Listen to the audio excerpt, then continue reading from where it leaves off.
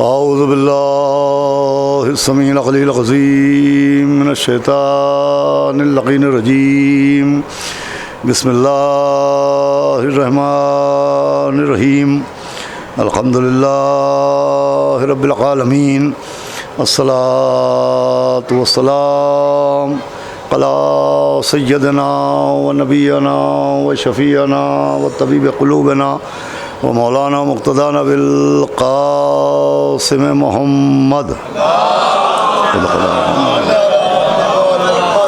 وآلہ الطیبین الطاہرین المعصومین ولعنۃ اللہ علی اعدائہم اجمعین من یومنا ھذا الی یوم الدین اما بعد فقد قال اللہ سبحانہ تبارک و تعالی فی القرآن المجید والفرقان الحمید بسم اللہ الرحمن الرحیم وَلَقَدْ كَرَّمْنَا بَنِي آدَمَ وَحَمَلْنَاهُمْ فِي الْبَرِّ وَالْبَحْرِ وَرَزَقْنَاهُمْ مِنَ الطَّيِّبَاتِ وَفَضَّلْنَاهُمْ عَلَى كَثِيرٍ مِّمَّنْ خَلَقْنَا تَفْضِيلًا يَوْمَ نَدْعُو كُلَّ أُنَاسٍ بِإِمَامِهِمْ۔ ایک صلوات پڑھ دیں محمد۔ حضرات گرامی، تاخیر ہو چکی ہے، لہٰذا بہت طولانی گفتگو کرنا مقصود نہیں ہے۔ آج کی شب یعنی شب شہادت حضرت غریب الغرباء امام علی ابن موسیٰ رضا علیہ السلام کی مناسبت سے ادارہ قاسم مہدی گنج کی جانب منعقدہ اس مجلس میں گفتگو کرنے کے لیے میں نے قرآن مجید کے سورہ بنی اسرائیل کی جن 2 آیتوں کی تلاوت کرنے کا شرف حاصل کیا، اس میں ایک آیت نے تمام اولاد آدم کو، تمام انسانوں کو ان نعمتوں کی جانب متوجہ کیا جو اللہ کی جانب سے انسان کو عطا کی گئیں، وہ سہولتیں، وہ رزق طیب اور وہ فضیلتیں جو انسان کے حصے میں آئیں، ان کا ذکر ہو رہا ہے کہ وَلَقَدْ كَرَّمْنَا بَنِي آدَمَ، کہ ہم نے اولاد آدم کو بے پناہ عزتیں عطا فرمائیں۔ ہم نے اس انسان کو سمندروں میں اور کشتیوں میں سواریوں کے لیے سواریوں کی سہولت عطا فرمائی، وَرَزَقْنَاهُم مِّنَ الطَّيِّبَاتِ، اور ہم نے اس انسان کو رزق طیب عطا کیا، وَفَضَّلْنَاهُم، اور ہم نے اس کو بے پناہ فضیلتیں عطا کی۔ ایک آیت میں انسان کو جو فضیلتیں دی گئی ہیں ان کا ذکر ہوا، جو نعمتیں دی گئی ہیں ان کا ذکر ہوا، اور بغیر کسی فاصلے کے پھر اعلان ہوا کہ یہی با اختیار انسان، یہی عزت دار انسان، یہی بلند و بالا انسان، یہی افضل و اعلیٰ انسان جسے اللہ نے اتنی نعمتیں عطا فرمائی ہیں، یہی انسان قیامت کے میدان میں اللہ کی عدالت میں طلب کیا جائے گا، اور جب یہ انسان روز قیامت بارگاہ خدا میں پیش کیا جائے گا تو اسے قیامت کے میدان میں زمین و جائیداد کے ساتھ نہیں بلایا جائے گا، باغ و باغات کے ساتھ نہیں بلایا جائے گا، بلکہ قرآن اعلان کر رہا ہے کہ ہر انسان اپنے امام کے ساتھ بلایا جائے گا۔ صلوات بھیجے محمد و آل محمد۔ ہر انسان کو اللہ روز قیامت اس کے امام کے ساتھ بلایا جائے گا۔ اب جس کا جیسا امام ہوگا اس کا ویسا انجام ہوگا۔ بھائی قرآن چاہتا ہے کہ ہم مرنے سے پہلے، دنیا سے جانے سے پہلے یہی فیصلہ کر لیں کہ ہم روز قیامت کس امام کے ساتھ آنا چاہتے ہیں۔ اس کے ساتھ آنا چاہتے ہیں جو ذلت کا سبب بنے گا، یا اس کے ساتھ آنا چاہتے ہیں جو عزت کا سبب بنے گا؟ ہم خود یہی فیصلہ کریں کہ کس امام کے ساتھ آنا چاہتے ہیں، وہ امام جو خود محتاج نجات ہو، یا وہ امام جو قسیم نار والجنا ہو۔ صلوات بھیجے محمد و آل محمد۔ دیکھیں یہ آیت کی ساری تمہید ہی اسی لیے ہے کہ ہم اس دنیا میں امام کی معرفت حاصل کریں، اور امام برحق یعنی وہ امام کہ جسے اللہ نے امام بنایا ہے، وہ امام جو من جانب اللہ امام ہے، جسے اللہ کی جانب سے امام بنایا گیا ہے، خالی لفظ امام نہیں بلکہ وہ امام جسے اللہ نے امام بنایا ہے، اپنی جانب سے ہدایت کے لیے منتخب کیا ہے۔ اب انسان کس طرح سے امام کو پہچانے، امام کی معرفت کیسے حاصل کرے؟ تو خود اماموں نے اپنی معرفت کے ذرائع بیان کیے، چنانچہ ایک ذریعہ جو امام نے بیان کیا اور آسان ترین ذریعہ بیان کیا، امام نے فرمایا المعرفت بالعقل، فرمایا معرفت کا ذریعہ عقل ہے. صلوات بھیجے محمد وآل محمد. یہ جو اللہ نے انسان کو عقل عطا کی، جس عقل کی بنیاد پر انسان سمندروں میں مچھلیوں کی طرح تیرتا ہے، جس عقل کی وجہ سے انسان فضاؤں میں پرندوں کی طرح اڑتا ہے، یہ اللہ نے عقل صرف اونچی اونچی عمارتیں بنانے کے لیے نہیں دی ہیں. یہ عقل صرف انسان کو اللہ نے دنیا کے آرام و آسائش کے لیے نہیں دی ہے، بلکہ عقل دی ہے امام برحق کو پہچاننے کے لیے، کہ ہم اس امام کو پہچانیں کہ جسے اللہ نے امام بنایا ہے. عقل اسی لیے دی گئی ہے. اور پھر عقل کی اتنی اہمیت ہے کہ جو دین اسلام جس کا ہم آپ کلمہ پڑھتے ہیں، یہ جو اللہ کی نظر میں اللہ کے نزدیک دین ہے اور اللہ کے نزدیک اسلام ہی دین ہے، تو یہ دین اسلام کی فضیلت بھی یہ ہے کہ دین اسلام صرف دین عقیدت نہیں ہے، یہ دین عقل ہے. بھائی اسلام کی جو عمارت ہے وہ صرف عقیدت کے اوپر رکی ہوئی نہیں ہے، بلکہ عقل کی بنیاد پر ہے. جتنے بھی احکام شریعت ہیں سب مطابق عقل ہیں. ایسا نہیں کہ دین کچھ اور کہہ رہا ہے وہ عقل کچھ اور کہہ رہی ہے. یہ اسلام دین عقل ہے، اور اس کا پہلا ثبوت یہ ہے کہ اللہ نے ہم کو آپ کو عبادت کے لیے پیدا کیا. لیکن عبادت پیدا ہوتے ہی واجب نہیں ہوتی ہے، بلکہ واجبات کے قانون ہے کہ ایک لڑکا 15 برس کا ہوا تو نماز واجب ہوئی، ایک لڑکی 9 برس کی ہوئی تو نماز واجب ہوئی، ایک لڑکا 15 برس کا ہوا تو روزہ واجب ہوا، ایک لڑکی 9 برس کی ہوئی تو روزہ واجب ہوا. بھائی جب پیدا ہی کیا گیا ہے عبادت کے لیے تو یہ 15 اور 9 سال کی قید کیوں ہے؟ تو جواب دیا جائے گا کہ 15 برس کے سن میں لڑکے کے پاس عقل آتی ہے، اور 9 سال کے سن میں لڑکی صاحب عقل بن جاتی ہے. جب عقل آتی ہے تو نماز واجب ہوتی ہے، جب عقل آتی ہے تو روزہ واجب ہوتا ہے. اس کا مطلب اللہ اپنی عبادت چاہتا ہے، مگر پاگلوں سے نہیں چاہتا ہے، عاقلوں سے چاہتا ہے. بھائی صلوات بھیجے محمد وآل محمد. اور اللہ چاہتا ہے کہ عقل ہے تو عبادت کرو، سمجھ کے عبادت کرو، عبادت معرفت کے ساتھ عبادت کرو. تو عزیزان گرامی، اسلام کی جو فضیلت عظیم ہے وہ یہ ہے کہ یہ دین عقل ہے. اور دوسری دلیل یہ ہے کہ جب پیغمبر اسلام نے پہلی دعوت کی، لوگوں کو دعوت اسلام میں بلایا اور پیغام توحید پہنچانے کے لیے پہلی دعوت کی، جسے دعوت ذوالعشیرہ کہتے ہیں، تو اس دعوت ذوالعشیرہ میں پورا شہر نہیں بلایا گیا. بھائی مکے میں ایسا نہیں ہے کہ ہر گھر میں انویٹیشن بھیجا گیا ہو کہ آؤ اعلان اسلام ہونے والا ہے، بلکہ علماء نے لکھا کہ صرف 40 لوگوں کو بلایا گیا. اب دیکھیں 40 کا ہی معاملہ اسلام میں بڑا عجیب و غریب ہے کہ جو لوگ بلائے گئے ان کی تعداد بھی 40 تھی، اور جو 40 آئے ان کا سن بھی کم سے کم 40 کا تھا. بھائی وہ جتنے 40 لوگ پہلی دعوت اسلام میں آئے ان میں کوئی 45 کا، کوئی 50 کا، کوئی 60 کا، کوئی 40 سال سے کم کا نہیں تھا. جتنے تھے وہ سب 40 پلس تھے، 40 سال سے اوپر کے تھے. اب یہ 40 سال کا معاملہ یہ ہے کہ اگر آپ حکماء سے پوچھیں کہ 40 سال کے سن کی کیا اہمیت ہے، تو 40 سال کا سن انسان کی عقل کے مکمل ہونے کا سن ہوتا ہے. جب انسان 40 برس کا ہو جاتا ہے تو اب اسے یہ کہنے کا حق نہیں رہتا کہ ابھی تو ہم ننھے ہیں. صلوات بھیجے محمد وآل محمد. ہمارے ابھی تو ہم بچے ہیں. بھائی 40 سال کے بعد کوئی بہانہ نہیں چلتا، 40 سال کے بعد کوئی ہیلا نہیں چلتا کہ ابھی ہماری عقل مکمل نہیں ہوئی. نہیں، 40 برس کے سن میں انسان صاحب عقل بنتا ہے. بھائی دعوت ذوالعشیرہ میں انہی کو بلایا گیا جن کی عقلیں مکمل تھیں. اب یہ الگ بات ہے کہ ان 40 سال کے لوگوں کے بیچ میں ایک 10 سال کے علی بھی بیٹھے ہوئے تھے.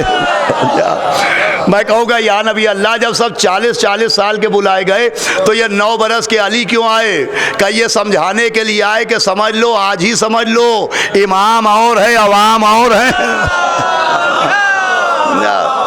بھائی فرق سمجھایا جا رہا ہے. وہ جو 40 سال والے ہیں وہ تسلیم دین کے لیے آئے ہیں، اور یہ جو 10 برس والے ہیں یہ تصدیق دین کے لیے آئے. صلوات بھیجے محمد وآل محمد. اور سمجھایا جا رہا ہے کہ امام ہی عین عقل ہوتا ہے، امام ہی دلیل عقل ہوتا ہے، امام ہی مجسمہ عقل ہوتا ہے. بھائی 8ویں امام کی مجلس ہے، بہت جلدی میں اس منزل تک پہنچانا چاہ رہا ہوں. امام ہی دلیل عقل ہے. امام کو ماننے کا مطلب ہی ہے کہ جو مان رہا ہے وہ عقیدت مند نہیں ہے، وہ عقل مند ہے۔ امام دین عقل ہے۔ میں نے ابھی عرض کیا تھا، میں صاحبان علم بیٹھے ہوئے، کہ نماز کے لیے لڑکا ہے تو 15 اور لڑکی ہے تو 9، روزے کے لیے لڑکا ہے تو 15، لڑکی ہے تو 9، لیکن چونکہ امام عین عقل ہوتا ہے لہٰذا یہاں 15 اور 9 سال کی بیریگیٹنگ ہٹا لی جاتی ہے۔ نبی کی حدیث ہے جب تمہارا لڑکا 6 برس کا ہو جائے تو اسے علی کی ولایت کا ادب سکھایا کرو۔ بھائی جب 6 برس کا ہو جائے تو علی ولی اللہ کہنا سکھاؤ۔ اس کا مطلب اللہ اپنی عبادت کے لیے عقل بعد میں دیتا ہے، علی کی ولایت کی عقل پہلے دے دیتا۔ صلوات پڑھے محمد و آل محمد۔ اب سنیے گا، سب سے زیادہ اہمیت ہے عقل کی، اور عقل کیا ہے؟ المعرفت بالعقل، عقل معرفت کا ذریعہ ہے، پہچان کا ذریعہ عقل ہے۔ اب ہمارے ہاں جو کتابیں ہم آپ یعنی 12 اماموں کے ماننے والے شیعہ اثنا عشری، ہمارے کیا 4 کتابیں جو ہیں وہ بنیادی کتابیں مانی جاتی ہیں جنہیں کتب اربع کہتے ہیں، جو 1100 برس پرانی، 1000 سال پرانی کتابیں، جس میں ایک کتاب ہے من لا یحضر الفقیہ، ایک کتاب ہے اصول کافی، ایک ہے التہذیب، ایک ہے استفسار۔ یہ 4 کتابیں شیعوں کی امپارٹنٹ کتابیں ہیں۔ یہ 4 کتابیں نہیں ہیں، یہ 4 کھمبے ہیں جس پہ شیعت رکی ہوئی ہے۔ صلوات بھیجے محمد و آل محمد۔ اب اس میں جو اصول کافی سب سے پرانی کتاب شیخ کلینی رحمہ کی، جب آپ اصول کافی پڑھیں، دیکھیں کتابیں ضرور پڑھنا چاہیے، علم ضرور حاصل کرنا چاہیے، اس لیے کہ سنا ہوا اور ہوتا ہے، پڑھا ہوا اور ہوتا ہے۔ پڑھنے کی اتنی اہمیت ہے کہ چھٹے امام جعفر صادق علیہ السلام سے کسی نے کہا کہ آپ کے نانا کی حدیث ہے کہ علم کو قید کر لو، علم کو قید کر لو۔ تو یہ علم قید کیسے ہوتا ہے؟ اس کا کیا مطلب ہے کہ علم کو قید کر لو؟ فرمایا کہ جو حاصل کرو اسے کاغذ پر لکھ لیا کرو، اسے کہتے ہیں علم کا قید ہونا۔ صلوات بھیجے محمد و آل۔ تو عزیزان گرامی، اصول کافی میں جب آپ پہلا چیپٹر کھولیں تو اس کا پہلا چیپٹر ہے کتاب العقل، جو پہلا ادھیائے ہے، جو پہلا باب ہے، اس کا نام ہے کتاب العقل۔ اس کا مطلب قلعہ شیعت میں صرف عقیدت کا ڈنڈا لے کے کوئی داخل نہیں ہو سکتا، عقل کا عصا ہونا ضروری ہے۔ صلوات بھیجے محمد و آل محمد۔ پہنچ رہی ہے میری بات؟ اب اس میں آپ کو 2 حدیثیں سناتا ہوں اور گفتگو کو منزل آخر میں پہنچاتا ہوں۔ اس میں عقل کی تعریفیں ہیں، عقل کی فضیلتیں ہیں، عقل کے فضائل ہیں۔ ایک شخص نے امام جعفر صادق علیہ السلام سے پوچھا کہ ذرا کچھ عقل کے بارے میں بیان کریں، تو امام نے فرمایا جب جناب آدم جنت سے زمین پہ آئے تو ان کا دل گھبرا رہا تھا، تو اللہ نے جبریل کے ذریعے ان کے پاس 3 تحفے بھیجے، جس میں ایک دین کا تحفہ تھا، ایک حیا شرم و حیا کا تحفہ تھا، اور ایک عقل کا تحفہ تھا۔ اور جبرائیل نے کہا کہ اللہ نے آپ کی خدمت میں یہ گفٹ، یہ تحفے بھیجے، ان میں سے کوئی ایک چن لیجئے، ایک منتخب کر لیجئے۔ تو جناب آدم نے ان میں سے عقل کو چنا، تحفہ عقل اٹھا لیا کہ یہ مجھے دے دو۔ تو جب جناب آدم نے عقل کو چنا تو دین و حیا نے ہاتھ جوڑے، کہا ہمارا کیا ہوگا؟ جبریل نے کہا تم لوگ واپس چلے جاؤ، اس لیے کہ تمہیں آدم نے نہیں چنا۔ تو امام نے فرمایا کہ دین نے بھی ہاتھ جوڑے اور حیا نے بھی ہاتھ جوڑے، کہ اب ہم واپس نہ جائیں گے، ہم بھی وہی رہیں گے جہاں عقل رہے گی۔ اس کا مطلب دین بھی اسی کے پاس ہوتا ہے جس کے پاس عقل ہوتی ہے، اور شرم و حیا بھی اسی کے پاس ہوتی ہے جس کے پاس عقل ہوتی ہے۔ صلوات بھیجے محمد و آل محمد۔ بھائی بے حیا ہونا، بے شرم ہونا ایجوکیٹڈ ہونے کی پہچان نہیں ہے، ماڈرن ہونے کی پہچان نہیں ہے، احمق ہونے کی پہچان ہے۔ صلوات بھیجے محمد و آل محمد۔ حدیث کے مطابق اب دوسری حدیث سنیے، اسی سے بات کو میں نتیجے تک پہنچاتا ہوں کہ ایک شخص نے امام سے پوچھا کہ حضرت یہ بتائیے کہ فرشتوں کا مرتبہ زیادہ ہے یا انسانوں کا؟ تو امام نے کہا سنو، اللہ نے فرشتوں کو عقل دی مگر انہیں خواہشیں نہیں دی ہیں، اور جانوروں کو خواہشیں دے دی ہیں، انہیں عقل نہیں دی ہے۔ اس نے کہا میں جانوروں کے بارے میں نہیں پوچھ رہا ہوں، میں پوچھ رہا ہوں کہ انسان افضل ہوتے ہیں یا فرشتے؟ امام نے کہا غور سے سنو، اللہ نے فرشتوں کو عقل دی، انہیں خواہشیں نہیں دی ہیں، اور جانوروں کو خواہشیں دی ہیں، انہیں بھائی میرے ساتھ رہیے گا، عقل نہیں دی ہے۔ مگر امام نے فرمایا کہ اللہ نے انسان کو عقل بھی دی ہے، انسان کو خواہشیں بھی دی ہیں، جو فرشتوں کو ملا وہ بھی انسان کو ملا، جو جانوروں کو ملا وہ بھی انسان کو ملا۔ کہ تو پوچھتا ہے کہ فرشتے افضل کے انسان؟ تو امام نے کہا یاد رکھنا کہ وہ انسان جو عقل کی پیروی کرے، جو عقل کے کہنے پر چلے، جو عقل کی بات مانے، خواہشوں کی بات نہ مانے، وہ فرشتوں سے بہتر ہوتا ہے، اور جو خواہشوں کے پیچھے دم ہلائے وہ جانوروں سے زیادہ بدتر ہوتا ہے۔ بھئی اب یہ حدیث یاد رکھیے گا کہ جو عقل کی پیروی کرے اور خواہشوں کی بات نہ مانے وہ فرشتوں سے افضل، اور جو خواہشوں کے پیچھے لگا رہے، عقل کی بات نہ مانے، وہ جانوروں سے بدتر۔ یہ حدیث ذہن میں رکھیے گا، اسی سے نتیجہ نکالنا ہے۔ آج جو ہم آپ ایک امام کی شب شہادت یہاں غم منا رہے ہیں اور انہیں من اللہ امام مان رہے ہیں، تو یہ جو امامت کا مسئلہ ہے، تو اس امامت کے مسئلے میں بھی ہم نے عدالت عقل میں جا کے فیصلہ لیا۔ ہم نے امامت کے لیے یہ نہیں دیکھا کہ دل کیا کہہ رہا ہے، خواہش کیا کہہ رہی ہے، بھیڑ کیا کہہ رہی ہے، مجمع کیا کہہ رہا ہے، سقیفہ کیا کہہ رہا ہے، ہم نے دیکھا کہ اس معاملے میں عقل کیا کہہ رہی ہے۔ اس لیے کہ ہمارے سامنے تفسیر قرآن تھی، تفسیر قرآن میں ایک تسلسل تھا کہ جناب آدم سے جناب نوح تک، نوح سے جناب ابراہیم تک، ابراہیم سے موسیٰ تک، موسیٰ سے عیسیٰ تک، جتنے نبی گزرے سب کا جانشین اللہ نے بنایا بنوایا نہیں، چنا چنوایا نہیں، سلیکشن ہوا الیکشن نہیں۔ بھائی جتنے نبی گزرے سب کا جانشین، اترادھیکاری، سکسیسر اللہ نے بنایا بنوایا نہیں، چنا چنوایا نہیں۔ تو اب ہماری عقل نے کہا سنو، جب چھوٹے نبیوں کا جانشین بنانے کا حق لوگوں کو نہیں ہوتا تو رحمت للعالمین کا جانشین، صاحب تاحوز یاسین کا جانشین، ان کا جانشین بھی اللہ بنائے گا بنوائے گا نہیں، چنے گا چنوائے گا نہیں، بائی سلیکشن ہوگا بائی الیکشن نہیں۔ ہم یہ عقل کی آواز سننے کے بعد سفر کے لیے نکلے، چلتے چلتے ایک میدان میں پہنچے۔ یہ جو ذی الحجہ کا مہینہ ہے یہی مہینہ تھا، ہم اسی مہینے میں ایک میدان میں پہنچے۔ ہم نے دیکھا ایک بہت بڑا مجمع ہے، آگے والے پیچھے بلائے جا رہے ہیں، پیچھے والے آگے لائے جا رہے ہیں، کجاووں کا ممبر بنایا جا رہا ہے، ریل نبوت پر قرآن ولایت اٹھایا جا رہا ہے، نعرہ لگایا جا رہا ہے من کنتو مولا ہو فہذا علی مولا۔ ہم نے پوچھا اس جگہ کو کیا کہتے ہیں؟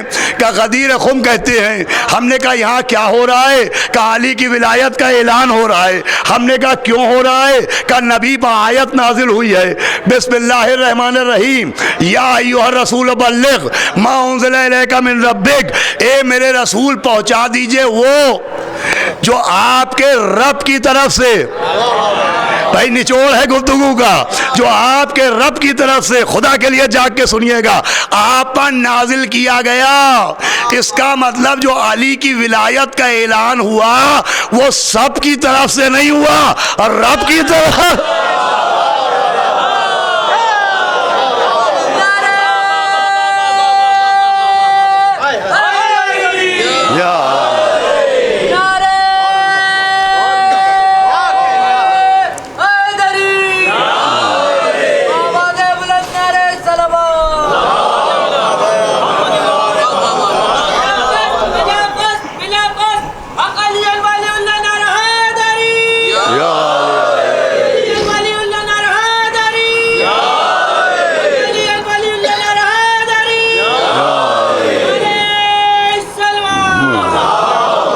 عزیزو 10-12 منٹ میں گفتگو تمام ہو جائے گی، بس آخری منزل سنیے غور سے۔ جیسے سب کا جانشین، سارے نبیوں کا جانشین اللہ نے بنایا، ویسے ہی مولا علی کو بھی سب نے نہیں بنایا اور رب نے بنایا۔ تو یہ نکلا مطابق عقل. بھائی حدیث یاد رکھیے گا, جو عقل کی پیروی کرے وہ فرشتوں سے بہتر ہے رحمت صاحب, اور جو خواہشوں کے پیچھے دوڑے عقل کی بات نہ مانے وہ جانوروں زیادہ بدتر ہے. اب یہ غدیر میں یہ منظر دیکھنے کے بعد ہم چلے اور پہنچے مدینے. وہاں نبی دنیا سے جا چکے تھے.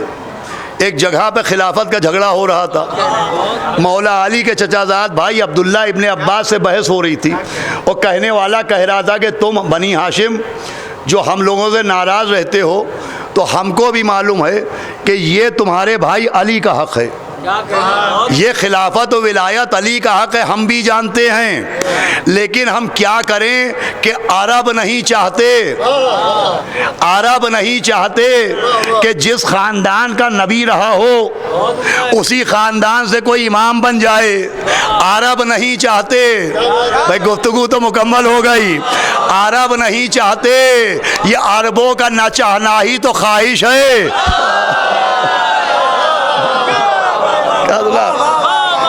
یہ عربوں کا نہ چاہنا ہی تو خواہش ہے.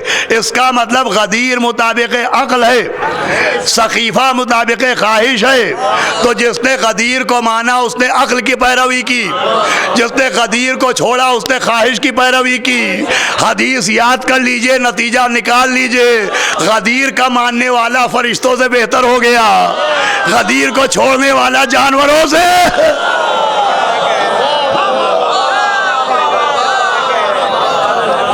صلوات پڑھ دے محمد و آل محمد. یہ معاملہ ہے.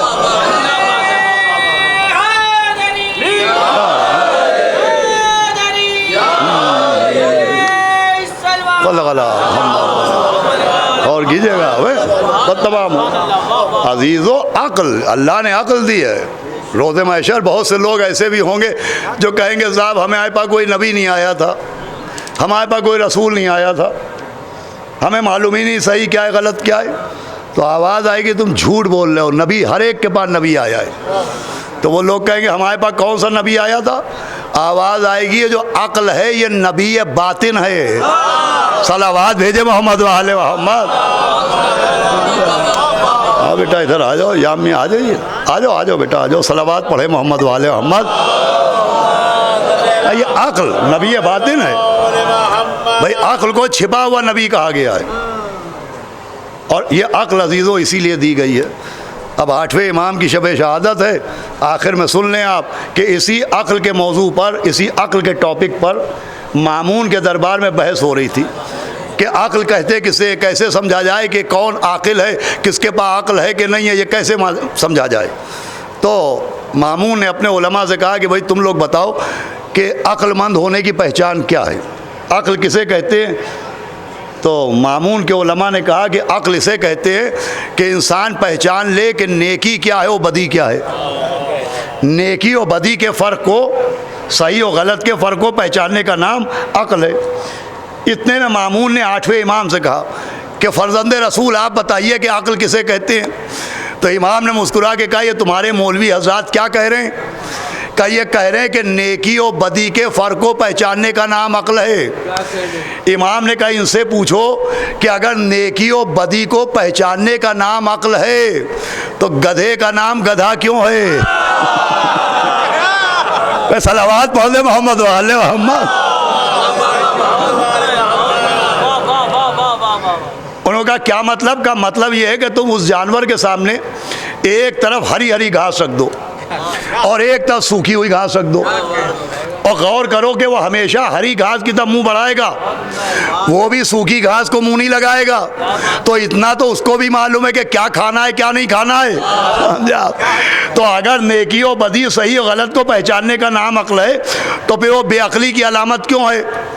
تو لوگوں نے کہا فرزند رسول بات تو بالکل بجا فرمائی, پھر آپ بتائیے نیکی و بدی کے فرق کو پہچاننے کا نام عقل نہیں ہے تو عقل کسے کہتے ہیں. امام نے کہا سنو, نیکی اور بدی میں ڈفرینس, انتر, فرق کرنے کا نام عقل نہیں ہے. اگر دو نیکیاں ایک وقت میں جمع ہو جائیں تو کس نیکی کو ترجیح دی جائے اس کو پہچاننے کا نام عقل ہے. صلوات بھیجے محمد و آل محمد. بھائی اکثر ایسا ہوتا ہے کہ دو نیکیاں ایک جگہ جمع ہو گئی. اب عقل اس کا نام ہے کہ ہم پہچانے کہ کون سی نیکی انجام دے. مثال کے طور پر ہم مستحب نماز پڑھ رہے ہیں، مستحب نماز، اس سے بڑھ کے نیکی کیا ہوگی؟ اتنے میں ماں نے پکارا کہ بیٹا پانی پلا دو. اب وہ بھی نیکی ہے، یہ بھی نیکی ہے. اب نماز کو ترجیح دی جائے یا پانی پلایا جائے، اس کو پہچاننے کا نام عقل ہے. صلوات بھیجے محمد و آل محمد. ایک آدمی دریا میں ڈوب رہا ہے، ہم دریا کے کنارے نماز پڑھ رہے ہیں، اسے بچانا بھی نیکی ہے، نماز پڑھنا بھی نیکی ہے. کس کو ترجیح دی جائے؟ اب آپ تو آپ ہیں، آپ کی رگوں میں خون نہیں، عشق علی کا دریا دوڑتا ہے. آپ کا چہرہ نہیں ہے. جب عشق علی اور فضائل علی ہوتے تو وہ شجرہ بن جاتا ہے. آپ نے اگر واہ واہ کی تو کون سی بڑی بات، آپ نے نعرہ لگایا تو کون سی بڑی بات. اس وقت مامون کے دربار میں جتنے غیر بیٹھے تھے وہ بھی کہنے لگے سبحان اللہ فرزند رسول، جزاک اللہ یا ابن زہرا. ارے کیا عقل کی تعریف بیان کر دی. تو اب امام کے ایک صحابی بھی ساتھ تھے، اب وہ مارے خوشی کے بے چین، اور جب امام نکلے تو انہوں نے کہا واہ میرے مولا، کیا جواب دے دیا آپ نے، کیا عقل کی ڈیفینیشن، عقل کی پریبھاشا آپ نے بیان کر دی. دیکھیں وہ بھی کہہ رہے تھے سبحان اللہ، وہ بھی کہتے جزاک اللہ. تو امام نے اپنے صحابی سے کہا کہ سنو، وہ جو میں نے عقل کی تعریف بیان کی وہ بھی اصل تعریف نہیں ہے. کہ وہ بھی اصل تعریف نہیں ہے. کہ پھر وہ کیا تھا؟ کہ وہ عقل کی تعریف نہیں تھی، جن کے سامنے بیان کر رہا تھا ان کی عقلوں کے مطابق تھا.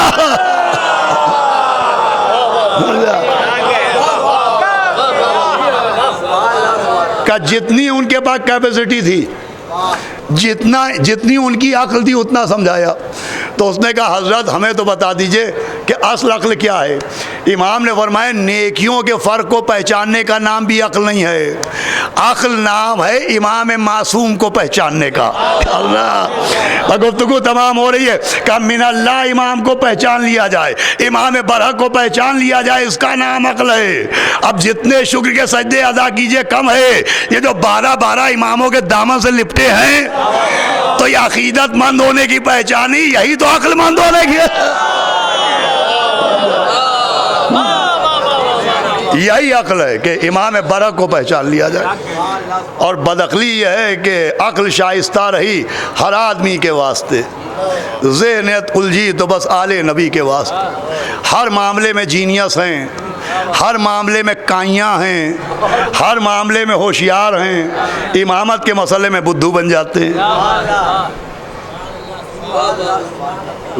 10 مئی ہو گئی ہے، تھوڑے دن میں ٹھیلوں پر دسہری نظر آئے گی، اور یہ منظر بھی نظر آئے گا کہ دسہری بھی پلٹ کے دیکھی جا رہی ہے. ہم نے کیا دیکھ رہے ہیں کہیں داغی تو نہیں ہے. ارے عام کے معاملے میں دیکھ لیا کہیں داغی تو نہیں ہے، ہدایت کے معاملے میں بھی دیکھ لیتے کہیں باغی تو نہیں. صلوات پڑھے محمد و آل محمد. ہر معاملے میں جینیس ہے، ہوشیار ہے. سب سے اہم عزیزو مسئلہ امامت کا ہے. معرفت امام کے لیے المعرفت بالعقل، معرفت کا ذریعہ اللہ نے عقل کو بنایا کہ ہم امام برحق کو پہچانیں. اگر کچھ نہیں ہے، کتاب نہیں پڑھی، حدیثیں نہیں پڑھی، تو یہ عقل اللہ نے دی ہے کہ اس عقل کی روشنی میں ہم مسئلہ امامت کو سمجھیں. ہم نے سمجھا. اب یہ عقل کے تقاضے تھے کہ کبھی عاقل بن کے ہم نے مسئلہ امامت کو سمجھا، اور کبھی عقل نے کہا کہ عاقل ہونے کا اظہار نہ کرو، دیوانے بن جاؤ.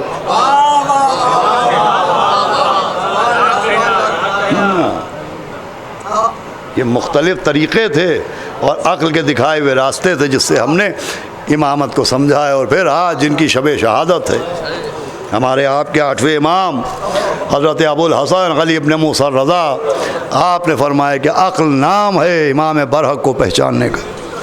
امام کی اتنی وضاحتیں، امام کی اتنی صراحتیں، لیکن پوری کوشش یہ تھی کہ لوگ ان کو پہچاننے نہ پائیں کہ یہ من اللہ امام ہے. کہ اللہ کے بنائے ہوئے امام ہیں۔ اسی لیے 8ویں امام کے لیے ایک سازش کا جال بچھایا گیا۔ وہ سازش کا جال یہ تھا کہ مامون نے اپنا ولی عہد بنا لیا۔ وہ اس کے پیچھے چال یہ تھی کہ لوگ ان کو من اللہ مان رہے ہیں کہ اللہ نے بنایا امام، تو اس کانسیپٹ کو ختم کر دیا جائے کہ نہیں، ان کو بھی اللہ نے نہیں بنایا، ان کو ہم نے بنایا ہے۔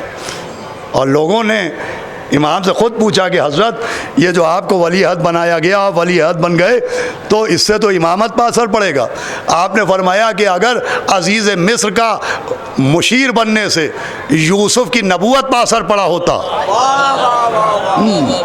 تو مامون کا ولی عہد بننے سے مجھ پہ اثر پڑتا۔ بس عزیزو، بے شبہ عزیزان گرامی، اس کے باوجود بھی جو عاقل تھے انہوں نے پہچان لیا، اور اسی دشمنی میں 8ویں امام کو زہر دغا دیا۔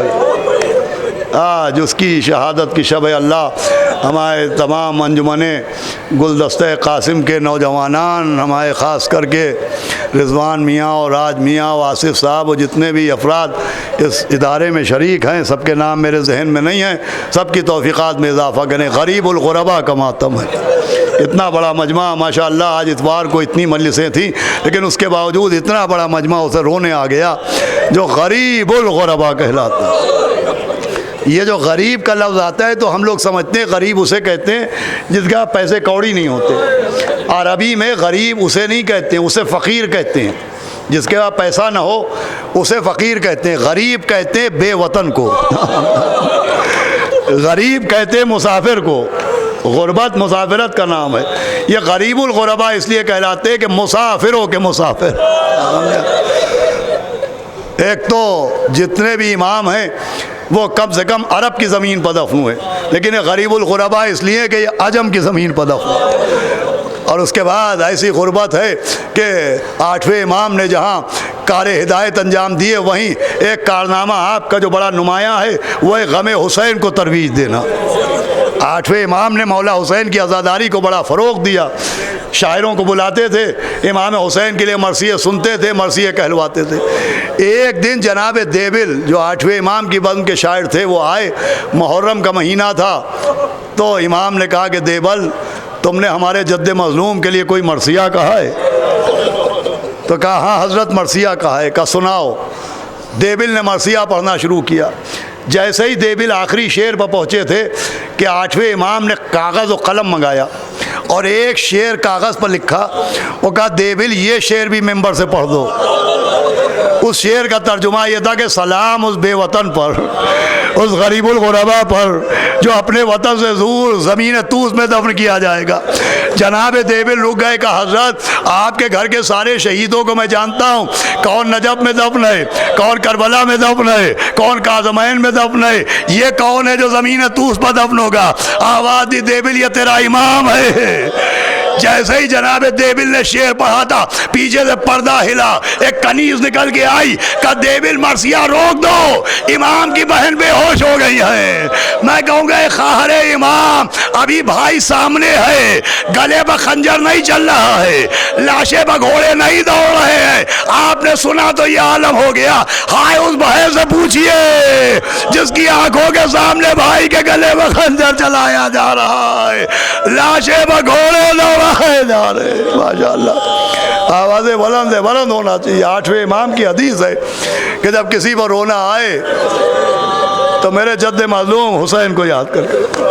عزیزو کل 23 ذی القعدہ کی تاریخ تھی کہ مامون نے حضرت کو طلب کیا، زہر بھرے ہوئے انگور پیش کیے، امام نے انکار کیا، مامون نے اصرار کیا، آخر امام نے کچھ انگور کے دانے اٹھائے اپنے دہن میں رکھے، لکھا ہے زہر اتنا تیز تھا اللہ اکبر کہ حضرت مسند سے بلند ہو گئے اور دربار کے باہر نکلنے لگے۔ مامون نے کہا فرزند رسول کہاں جا رہے ہیں؟ عجب جواب دیا، جہاں تو بھیجنا چاہ رہا وہاں جا رہا۔ اس کے بعد حضرت آئے، زہر اتنا تیز تھا کہ کبھی آنکھوں سے خون بہ رہا ہے، کبھی کانوں سے خون بہ رہا ہے۔ حضرت گھر میں آئے، اپنے خادم کو، اپنے غلام کو وصیتیں کی، کہا دیکھو یہ مامون چاہے گا بس 2 منٹ مجلس تمام ہے کہ میری تدفین میں شرکت کرے، میری قبر میں شرکت کرے، میرے جنازے میں شرکت کرے، لیکن دیکھو اللہ کا ایک انتظام ہے، امام کو امام ہی دفن کرتا ہے۔ جب میرے بدن سے روح نکل جائے گھر کے دروازے بند کر دینا، میرا غسل بھی ہو جائے گا، گا، مجھے کفن بھی پہنا دیا جائے گا۔ خادم امام کہتے مجھے حیرت تھی کہ بھائی کون کفن دینے آئے گا، کون غسل دینے آئے گا؟ کہ امام کا جنازہ جہاں رکھا تھا تھوڑی دیر بعد مجھے کچھ آواز نظر آئی، کہا جو میں نے دیکھا تو دیکھا ایک 9 برس کا بچہ، گھگرالے بال، آنکھوں سے آنسو بہ رہے تھے۔ وہ کہتا ہے میں نے کہا اے فرزند، اے صاحبزادے، گھر کا دروازہ بند ہے، آپ اندر کیسے آئے؟ کہا جس اللہ نے مدینے سے یہاں بھیجا۔ فرمایا میں تقی جواد ہوں۔ 9ویں امام نے 8ویں امام کو غسل دیا، قیمتی کفن پہنایا، نماز جنازہ پڑھائی، بڑی شان سے جنازہ اٹھا۔ میں کہوں گا اے میرے 9ویں امام، ارے پردیس میں آپ نے باپ کا جنازہ پڑھا دیا، جنازہ اٹھایا، ہائے وہ جد مظلوم یاد آیا ہوگا جس کے ہاتھوں میں ہتھکڑیاں، پیروں میں بیڑیاں، باپ کے لاشیں پر گھوڑے دوڑائے جا رہے ہیں، کوئی امامہ لیے جا رہا ہے، کوئی کوئی یعلم الذین ظلموا ای منقلب۔ ماتم حسین،